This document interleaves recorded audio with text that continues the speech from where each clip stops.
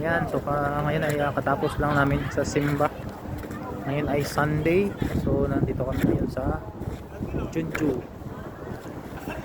Jeollabuk-do, South Korea. Ito po yan. Ito yung malapit lang to sa simbahan. Pinala kami ni Ate Malu. Yan, dito kami ngayon sa Jeonju. So yan, mga kasama natin sa simbahan. So simple, ito yung first nung ngayon dito sa Jeonju na medyo malakas. So yan, maraming nag-picture. Oh, mayroon pang ano, hindi pa natunaw lahat. Yes lang, delikado.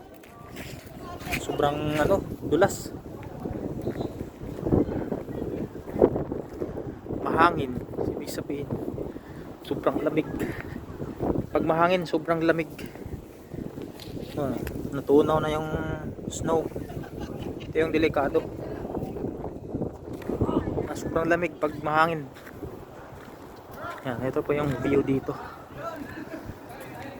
Saka ito, yung pangalan ng ano, sa loob niyan ay ang skate.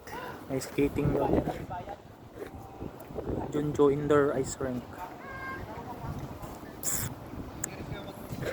Wala atang napayad yan. Libre daw. Mamaya, pasok tayo dyan. Sobrang lamig. Laki pala nito. Pwede daw mag-skate dyan sa loob. Yan, may ano pala. May mga picture.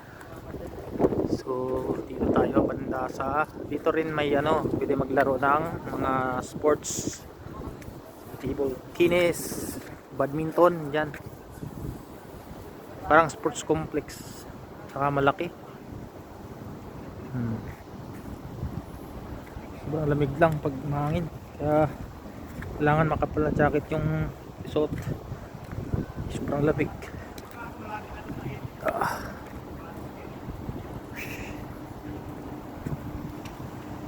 Yung bato. Jeonju Indoor Ice Rink. Buti naman may nakalagay na English. May translation. Yan, ito lang yung i-search niyo pag gusto niyo pumunta dito sa ano, lugar dito. Hindi kayo mag skating. Okay.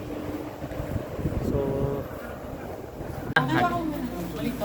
suot na sila sa kanilang gear. Ganito lang, magsuot sa gear. Ako, yan ako. Yung mga vlogger, dito lang sa ano.